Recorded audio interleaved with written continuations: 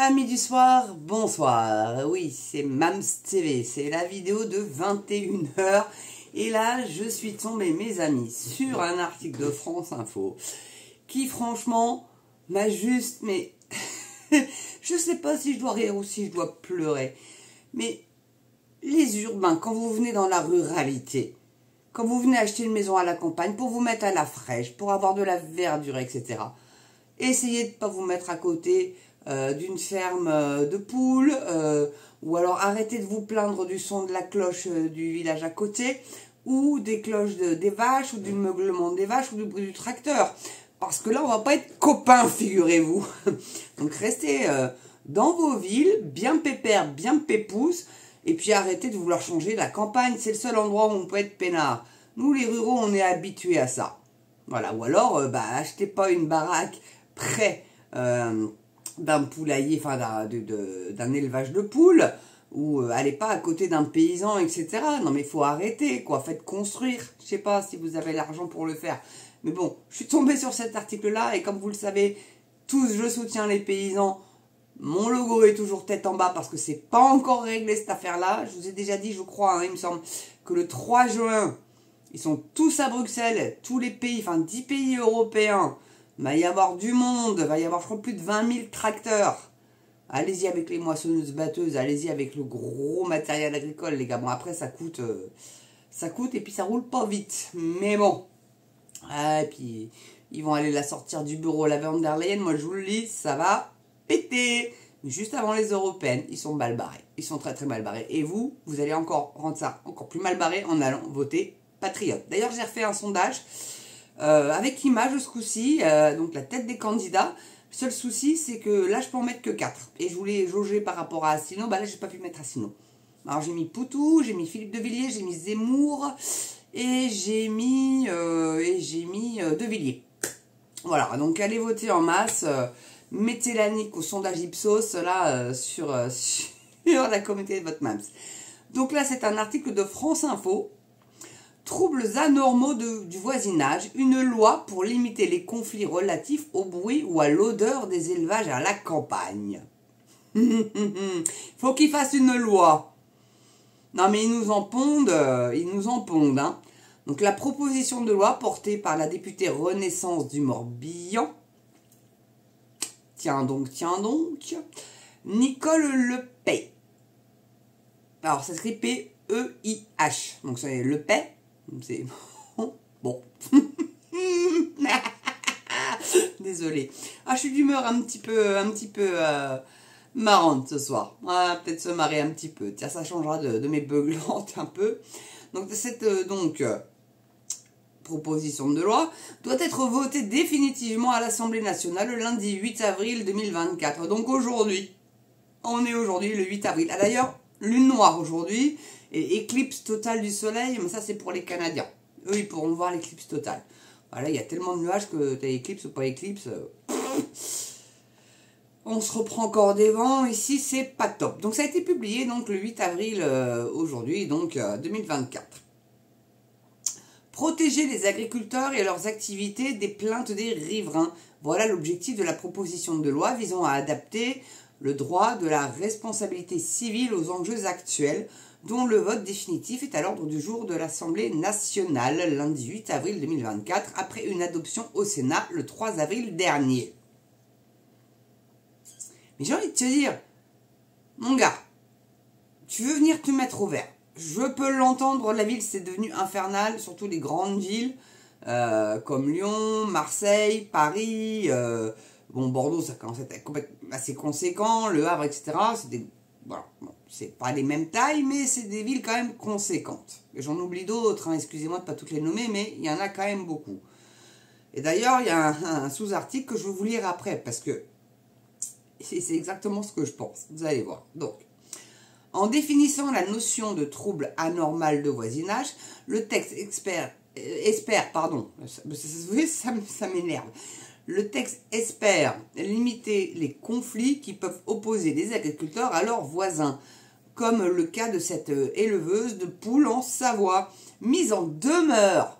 La nana, non mais attends, ils ont quand même mis en demeure fin 2023 par une voisine gênée par le bruit de l'élevage de gallinacés.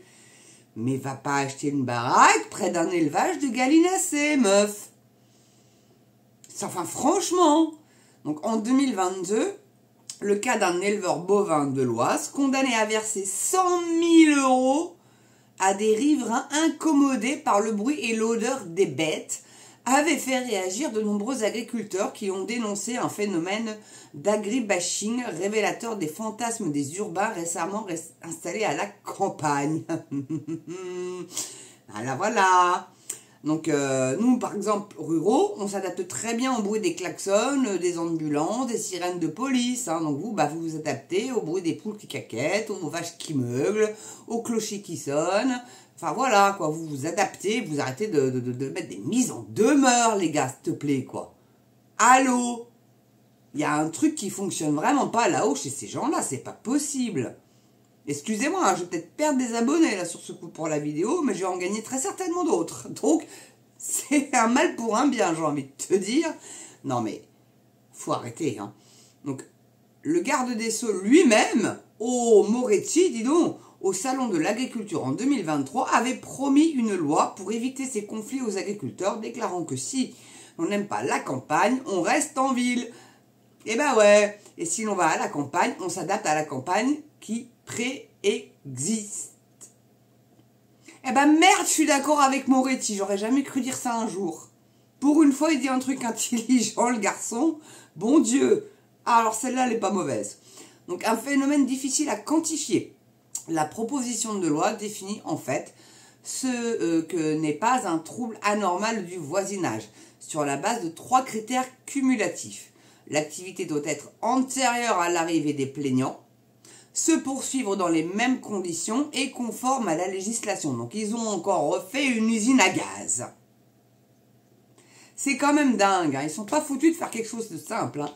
Vous savez l'expression pourquoi faire simple quand on peut faire compliqué? Eh ben c'est limite le mojo du gouvernement. J'ai l'impression que c'est ça. J'ai vraiment l'impression que c'est ça. Donc si les litiges entre agriculteurs et riverains hérissent la profession et font souvent couler beaucoup d'encre, il reste difficile à comptabiliser. Un rapport publié dans le cadre de la loi dite Maurice, du nom de ce coq de l'île d'Oléron jugé trop bruyant, compte entre 400 et 500 cas litigieux, tout en admettant que tous ne sont pas liés à la ruralité. Le texte s'attaque-t-il à un faux problème? C'est ce qu'argumentent certains députés, syndicats et chercheurs qui craignent que cette définition du trouble anormal de voisinage ne permette à l'agriculture intensive de continuer de s'étendre et avec elle les pollutions. Putain, mais sans déconner, on n'a pas des élevages en France comme aux États-Unis, comme au Canada ou comme... Enfin, je sais pas quoi, c'est des petits élevages. Alors, maximum 1000, 2000 têtes, quoi. Aux États-Unis, au Canada, c'est 10 000 têtes. Allez pas habiter là-bas, les gars, hein. Non, mais vraiment pas, hein. Donc, ces petits sous-articles que je vais vous lire là, c'est vraiment ce que je pense. Mais, non, mais, attends. Donc, si ça ne leur plaît pas, ils sont en ville, les agriculteurs font face aux néo-ruraux pour défendre le patrimoine sensoriel des campagnes. Une proposition de loi examinée à l'Assemblée nationale pour protéger les agriculteurs face aux plaintes déposées par les néo-ruraux pour nuisances sonores ou olfactives. Ah mais quand ils mettent du lisier, il doit être joyeux, hein. Mais non, mais attends, puis après ils vont dire « Ah, les épandages. » Ben non, mais il y en a qui mettent juste du fumier qui après, pour que ça pousse bien, pour te nourrir du con. Donc au début, c'est l'histoire banale d'un agriculteur de l'Oise qui reprend la ferme familiale pour ses 80 vaches laitières. Vous voyez, c'est quand même pas énorme, hein. Donc Vincent doit absolument construire une nouvelle étable aux normes. Dans un premier temps, on a cherché au plus loin les habitations, raconte-t-il. Malheureusement, nous n'étions pas propriétaires et les propriétaires ne souhaitaient pas vendre. Donc, on a été obligé de construire sur le terrain où on était propriétaire. On a eu le permis de construire, toutes les autorisations nécessaires et en 2010, les travaux ont débuté. Et le début des travaux sonne le début des ennuis, car la ferme est au milieu de ce village agricole, désormais peuplé de néo-ruraux. 6 d'entre eux saisissent la justice pour des nuisances que l'éleveur reconnaît. Il y a toujours une vache qui va meugler parce que c'est un jour où elle est en chaleur et c'est comme ça. Ça reste la nature, développe-t-il. C'est comme moi, j'ai des cerfs près de chez moi, ça brame. Il y a des ânes, ça ian. Je sais pas comment on dit pour les ânes. Voilà, un cheval, ça hennit. Une poule, ça caquette. Donc si tu veux pas ces nuisances sonores et olfactives, bah tu viens pas à la campagne, bon Dieu de bois, c'est quoi ça? C'est quoi ça? Et mais vous savez qu'en plus, j'ai rien contre les Parisiens, mais ils viennent beaucoup à Granville. Malgré que la ligne Granville-Paris, j'ai une pote qui est directrice de région à la SNCF, et elle me dit, la ligne Paris-Granville, c'est une horreur. Donc ils y viennent en bagnole, le nombre de plaques 75, 78, 92, 93, etc., 95, et toute la couronne parisienne, ça aime bien venir à Granville, bouffer des bulots AOC ou AOP, je sais plus, enfin je sais même pas s'ils ont pas les deux, et puis des bons crustacés, parce que c'est le premier port coquillier d'Europe, Granville, voilà. Ville Corsaire, et d'ailleurs le prince de Monaco, il vient tous les ans, je sais pas s'il est revenu cette année, là, parce que bon, avec l'histoire du Covid, là, je crois qu'il vient plus, mais tous les ans, il vient à Granville, parce que c'est la petite Monaco du Nord.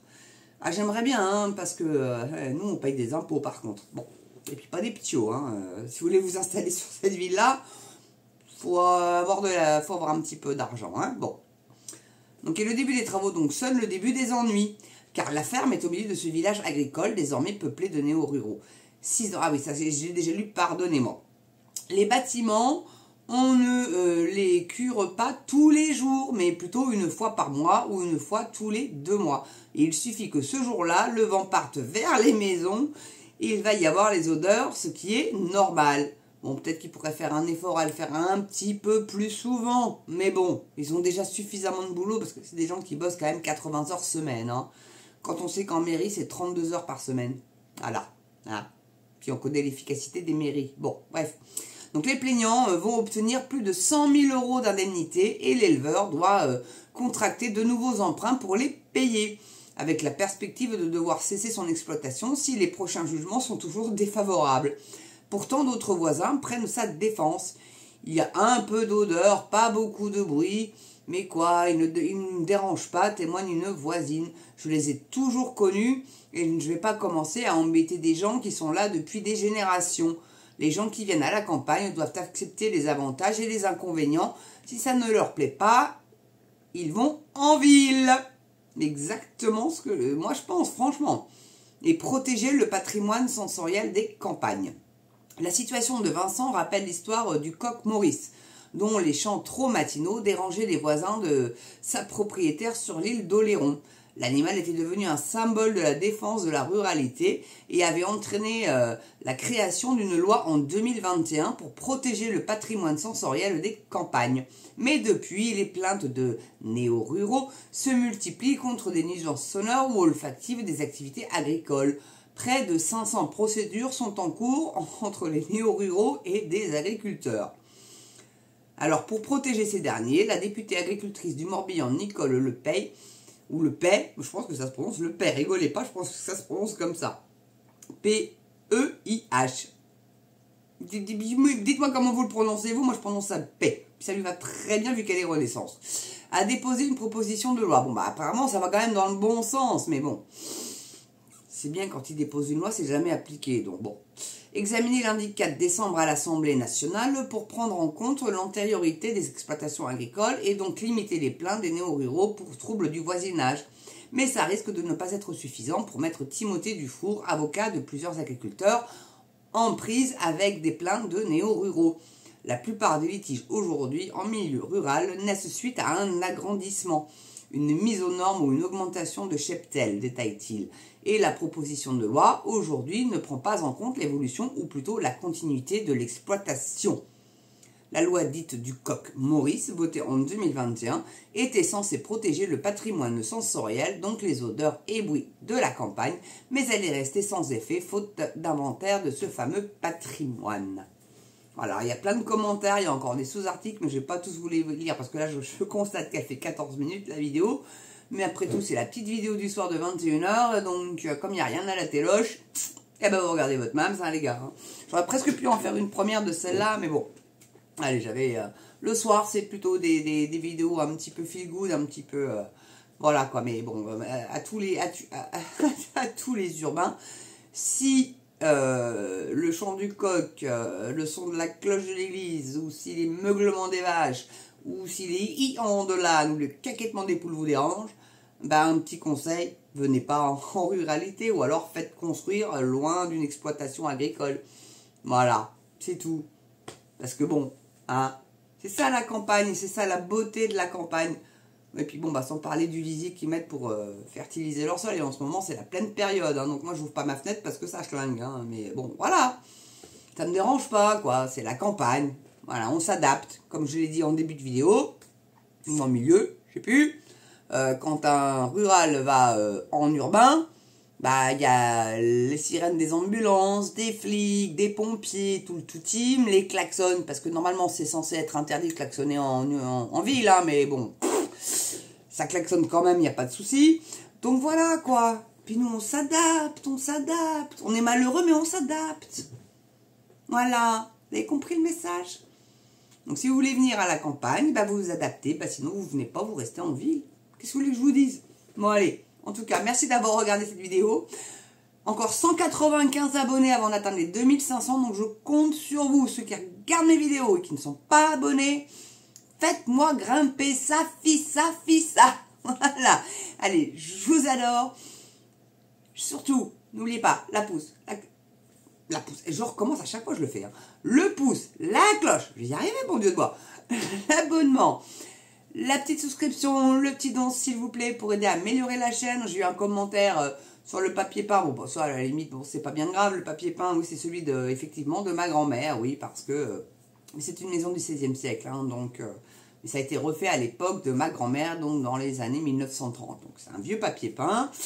Y en a qui le trouvent charmant, d'autres qui ne l'aiment pas. Mais bon, moi, c'est pas ce que je veux améliorer sur ma chaîne. Je veux pouvoir vous faire des inserts, un petit générique, vraiment faire un truc pro. Voilà. Alors, je sais que vous vous en foutez, mais moi, j'aimerais bien avoir plus d'abonnés et que ma voix porte plus. Donc, pour ce faire, il faut que j'améliore ma chaîne, comprenez-vous. Donc, vous tracassez pas, hein, dès que j'ai des nouveaux abonnés, je leur ferai la même demande qu'à vous.